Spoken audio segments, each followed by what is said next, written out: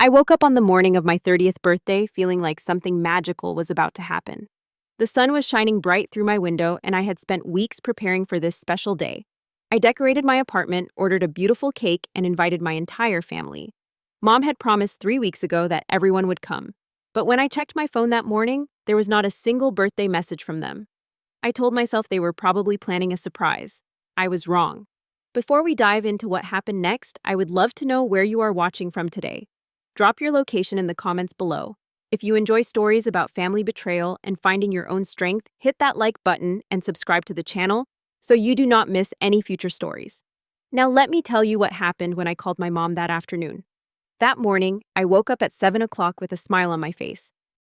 I looked out the window and saw the most beautiful sunny day. It felt like the universe was giving me a sign that this birthday would be different from all the others. I stretched my arms, took a deep breath, and walked into my living room. The apartment looked perfect. I had spent the entire previous evening decorating everything. Navy blue and silver balloons floated near the ceiling. A banner stretched across the wall reading, "Happy 30th birthday" in elegant letters. The dining table was already set with nice plates, glasses, and cloth napkins. I wanted everything to be special because turning 30 felt like a real milestone in my life. I had ordered a cake from my favorite bakery downtown. It was a 3-layer chocolate cake with buttercream frosting, the kind my mom always said she loved. I even cooked some of her favorite dishes the night before and stored them in the refrigerator, ready to be warmed up when everyone arrived. I wanted to show my family that I appreciated them, that I cared enough to put in the effort. I picked up my phone from the nightstand and unlocked the screen. My heart sank just a little when I saw no messages from my family. No birthday wishes from mom, dad, my older sister, or my younger brother. Not even from grandma. The only notification was a sweet message from Lydia, my girlfriend of 2 years. She had sent me a text at midnight saying happy birthday with a bunch of heart emojis. I smiled at her message, but part of me still felt a small ache that my own blood relatives had not remembered. I told myself not to worry. Maybe they wanted to surprise me. Maybe they were planning to show up together and yell surprise when I opened the door. That thought made me feel better, so I pushed away the disappointment and focused on preparing for the party. The gathering was supposed to start at 2 o'clock in the afternoon. I spent the morning cleaning every corner of my apartment one more time. I vacuumed the carpet, wiped down the kitchen counters, and arranged the snacks on serving trays. I wanted everything to be perfect when my family walked through that door. Around 1 o'clock, I sat down on my couch and checked my phone again. Still nothing. No calls, no texts, no voicemails. I started to feel that familiar knot forming in my stomach, but I pushed it down. They are probably on their way, I told myself. They are probably coordinating to arrive together. I remembered what Mom had said 3 weeks earlier when I called to invite everyone. I had been nervous asking because family gatherings were always complicated, but she had sounded so warm on the phone. "Do not worry, sweetheart," she had said. "This year the whole family will be there. I promise." Those words had meant so much to me. I had replayed them in my head dozens of times since then. 2 o'clock came.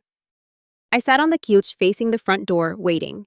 The apartment was silent except for the soft hum of the air conditioner. I watched the minute hand on the wall clock move. 10 minutes passed, then 20, then 30. No knock on the door, no ring of the doorbell, no sound of footsteps in the hallway. My chest started to tighten. I picked up my phone and began calling each family member one by one. I called my older sister first. The phone rang 5 times and went to voicemail. I called my younger brother next. It rang twice, then suddenly stopped as if someone had looked at the screen and deliberately declined the call. I called my father. No answer. Just endless ringing until the voicemail picked up. Finally, I called my mother. She answered after the 5th ring. Her voice sounded hurried and distracted, like she was in the middle of something more important. "Mom," I said, trying to keep my voice steady. "Where is everyone?" The party started at 2. There was a pause on the other end, a brief moment of silence that felt much longer than it actually was. Then I heard her laugh softly. It was not a warm laugh. It was the kind of laugh you give when someone asks you a question you find slightly annoying. "Oh, honey," she said, her voice light and dismissive.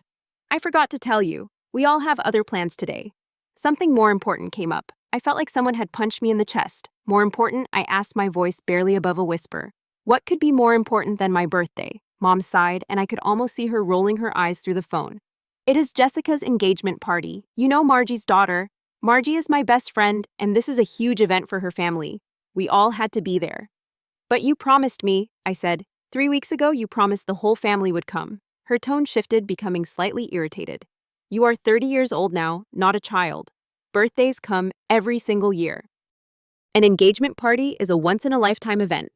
You can celebrate with your friends or something. I opened my mouth to respond, but before I could say anything, she spoke again. Look, I have to go. The party is starting soon. Just do something fun on your own. Okay, happy birthday. The line went dead. She had hung up on me. I stood there in the middle of my beautifully decorated apartment, holding my phone against my ear, even though there was nothing but silence. The balloons floated cheerfully above me. The banner proclaimed a happy birthday that no longer felt happy at all. The cake sat in the refrigerator, waiting for guests who would never arrive. I lowered myself onto the floor, my back against the couch. I did not cry. I wanted to, but the tears would not come. Instead, there was just this enormous emptiness inside my chest, like someone had carved out a piece of me and left nothing but a hollow space. I sat on that floor for what felt like hours, but was probably only about 20 minutes. My mind kept replaying my mother's words. Something more important. Birthdays come every year. You are 30 years old now, not a child. Each phrase felt like a small knife twisting in my heart. The worst part was that this was not new. This was not the first time my family had made me feel invisible. It was just the clearest, most undeniable example of a pattern that had existed my entire life. I am the middle child in my family. My older sister was always the golden child, the one with perfect grades and impressive achievements. My younger brother was the baby of the family, spoiled and protected because he was the last born. And then there was me stuck in the middle, never quite special enough to warrant extra attention. I remembered my 18th birthday. It was supposed to be a big deal because I was finally becoming an adult. But that day, my parents announced that we had to attend a distant cousin's wedding 3 states away. They left me at home alone with a grocery store cake they had grabbed on their way out the door. I spent that birthday watching television by myself, eating cake straight from the box. Then there was my 25th birthday. My mother forgot about it entirely. I did not get a call or a text until late in the evening when she suddenly remembered. Oh my goodness, she had said, laughing like it was a funny mistake. I completely forgot. We will make it up to you later, I promise. That makeup celebration never happened. I could list dozens of other moments like these. The time I graduated from college and my parents showed up late to the ceremony, then left early because my brother had a soccer game. The time I got promoted at work and called home excited to share the news, only for my mother to say, "That is nice," before immediately changing the subject to talk about my sister's pregnancy. Every single milestone in my life had been overshadowed or ignored. In my family, I was always the one who could take care of himself, the one who did not need attention or affirmation, the one who would be fine no matter what. And for 30 years, I had accepted that role. I had told myself that family was family, that I should be grateful for what I had, that I should not complain. But sitting on that floor, surrounded by decorations for a party that would never happen, something inside me finally cracked. My phone buzzed. It was Lydia calling. I stared at the screen for a moment before answering. "Hey, how is the party going?" she asked cheerfully. "Is your family there yet?" I tried to speak, but my throat felt tight. The silence must have told her everything because her voice immediately changed. "What happened?" she asked softly. I told her everything. About the phone call with my mother, about the engagement party that was more important than me, about sitting alone in my decorated apartment with no guests and no hope. Lydia was quiet for a moment after I finished. When she spoke again, her voice was different. There was anger in it, but not directed at me. It was anger on my behalf. "I am coming over right now," she said. "Do not move." 20 minutes later, there was a knock on my door. I opened it to find Lydia standing there with a bag in her hands and tears in her eyes. She stepped inside and immediately wrapped her arms around me, holding me tight against her chest. "I am so sorry," she whispered. "You deserve so much better than this." We stood there in the doorway for a long time, just holding each other. When she finally pulled back, she looked around at the apartment. At the balloons, the banner, the carefully set table. Her expression shifted from sadness to something harder, more determined. "They do not deserve your love," she said quietly. "But you know who does, everyone who actually cares about you." She took my hand and led me to the couch. We sat down together and I found myself telling her things I had never told anyone before. Stories from my childhood, memories I had buried deep because they hurt too much to examine. The time my father missed my school play because he was watching my brother's Little League game. The time my mother canceled my birthday dinner at the last minute because my sister had a crisis that turned out to be nothing serious. Lydia listened to every word without interrupting. She held my hand the entire time, her thumb rubbing gentle circles on my skin. When I finally ran out of words, she looked at me with eyes full of compassion and said something that changed everything. You have spent 30 years trying to earn love from people who take you for granted. Today, I am going to show you what it feels like to be celebrated by people who actually care. Lydia pulled out her phone and started making calls. I watched her confused at first as she spoke rapidly to one person after another. She was explaining the situation, asking people to come over right away, giving them my address. Within an hour, my apartment was filled with people, but not my biological family. These were my friends from work colleagues, who had become close companions over the years. There were buddies from college who I still kept in touch with. Lydia's friends came too, people who had welcomed me into their circle with open arms. Even my neighbor from down the hall showed up, the elderly woman who I helped carry groceries for every week. They brought food, bottles of wine, wrapped presents. One of my coworkers brought a second cake because he said no birthday should have just one. The apartment that had felt so empty and sad an hour ago was now bursting with warmth and laughter and genuine affection. I stood in the middle of it all, overwhelmed by the sudden shift. These people had dropped whatever they were doing on a Saturday afternoon to come celebrate with me. Some of them had driven 30 minutes or more to get here. They came because Lydia asked, yes, but also because they cared. We gathered around the dining table and someone lit the candles on my cake. 30 small flames flickering in the dim room. Everyone sang happy birthday, their voices blending together in that familiar, slightly off-key way that makes the song so endearing. When they finished, I closed my eyes and made a wish. I wished for the courage to stop seeking love from people who would never give it. Then I blew out the candles and everyone cheered. My friend Marcus, who I had known since freshman year of college, raised his glass and made a toast. To the best friend a guy could ask for, he said. Someone who is always there when you need him, who never forgets an important moment, who shows up even when it is inconvenient. Happy 30th birthday, man. You deserve all the happiness in the world. I felt my eyes stinging as everyone clinked their glasses together. This was what celebration was supposed to feel like. This was what being valued felt like. Lydia appeared at my side, slipping her hand into mine. She looked up at me with a smile that was both sad and hopeful at the same time. See, she said softly, this is your real family, the people who choose to be here. Later in the evening, when the party was in full swing, Lydia suggested we take a group photo. Everyone gathered together in front of my decorated wall, squeezing into the frame. I stood in the center, holding my cake surrounded by smiling faces. Someone counted to 3 and snapped the picture. It was beautiful. Genuine joy radiated from every person in that image. You could feel the love and friendship just by looking at it. Lydia showed me the photo on her phone. You should post this, she said. I hesitated. Part of me wanted to keep this moment private just for us. But another part of me, a part that was tired of being invisible, wanted the world to see what real support looked like. I took the phone and uploaded the photo to my social media accounts. For the caption, I wrote something that came straight from my heart. Thank you to my real family for making my 30th birthday the best one yet. I do not need people who only remember me when it is convenient for them. I have people who love me unconditionally. That is worth more than anything. I did not mention my biological family by name. I did not tag anyone or call anyone out directly. But the meaning was clear to anyone who knew our situation. Within minutes, the post started getting reactions. Likes and comments poured in from friends and acquaintances. People wrote kind messages about how great the party looked, how lucky I was to have such wonderful friends.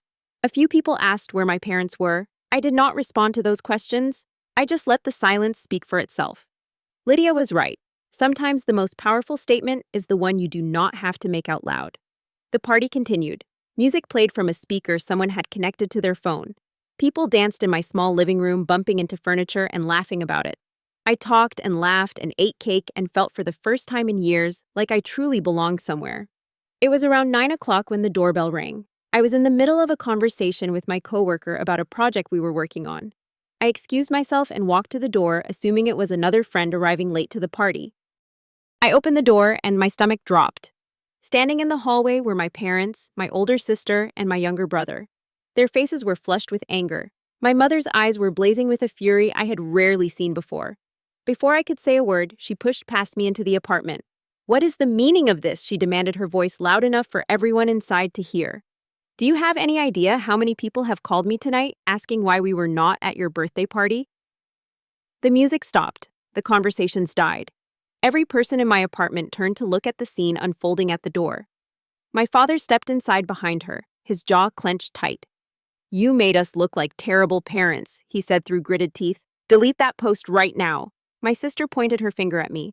You are so selfish. making a big deal out of nothing just to embarrass us. My younger brother stood in the doorway, his arms crossed, glaring at me with a look of betrayal, as if I were the one who had wronged them. I looked at my family, these people who had chosen an acquaintance's engagement party over my milestone birthday, who had hung up on me without a second thought, who were now standing in my home in front of my friends, furious, not because they had hurt me, but because I had dared to show the world who they really were. Something shifted inside me. The fear and the need for approval that had controlled me for 3 decades suddenly felt lighter, smaller. I realized that I had spent my entire life trying to make these people love me, and they had never once made the same effort in return. I took a deep breath and spoke in a calm, steady voice. 30 years, I said. For 30 years, I have waited to matter to this family. I have shown up to every event remembered, every birthday celebrated, every achievement. And what have I gotten in return? Forgotten birthdays, missed graduations, phone calls where you hang up on me because you have something more important to do. My mother started to interrupt, but I held up my hand. Today, you chose someone else's daughter's engagement party over your own son's 30th birthday. You told me it was more important. You told me birthdays come every year, like mine does not matter. I gestured to the room full of people behind me. These people are my family now. They came when I needed them. They did not wait for a convenient time or a better offer. They just showed up. My father's face turned red. You are being disrespectful, he said loudly. We are your parents. You do not get to talk to us like this. I looked him directly in the eyes. I love you. I will always love you because you are my parents. But I am done letting you make me feel worthless. I am done being the child who does not matter. If you want to have a real conversation about this, we can do that another time. But tonight is my birthday, and I will not let you ruin it. Lydia walked up beside me and took my hand. Her presence gave me strength. I was not alone anymore. My mother looked around the room at all the faces watching her, and something in her expression cracked. Whether it was embarrassment or the beginnings of realization, I could not tell. She opened her mouth to say something, then closed it again. Without another word, my family turned and walked out the door. I watched them disappear down the hallway, and then I closed the door behind them. The room was silent for a moment. Then my friend Marcus started clapping slowly. Others joined in until the whole apartment was filled with applause. Someone turned the music back on. The party resumed. I stood there by the closed door feeling something I had never felt before. It was not happiness exactly. It was more like release. Like I had been carrying a heavy weight on my back for decades and had finally set it down. Lydia hugged me tight. I'm so proud of you, she whispered in my ear. For the first time in my life, I was proud of myself too.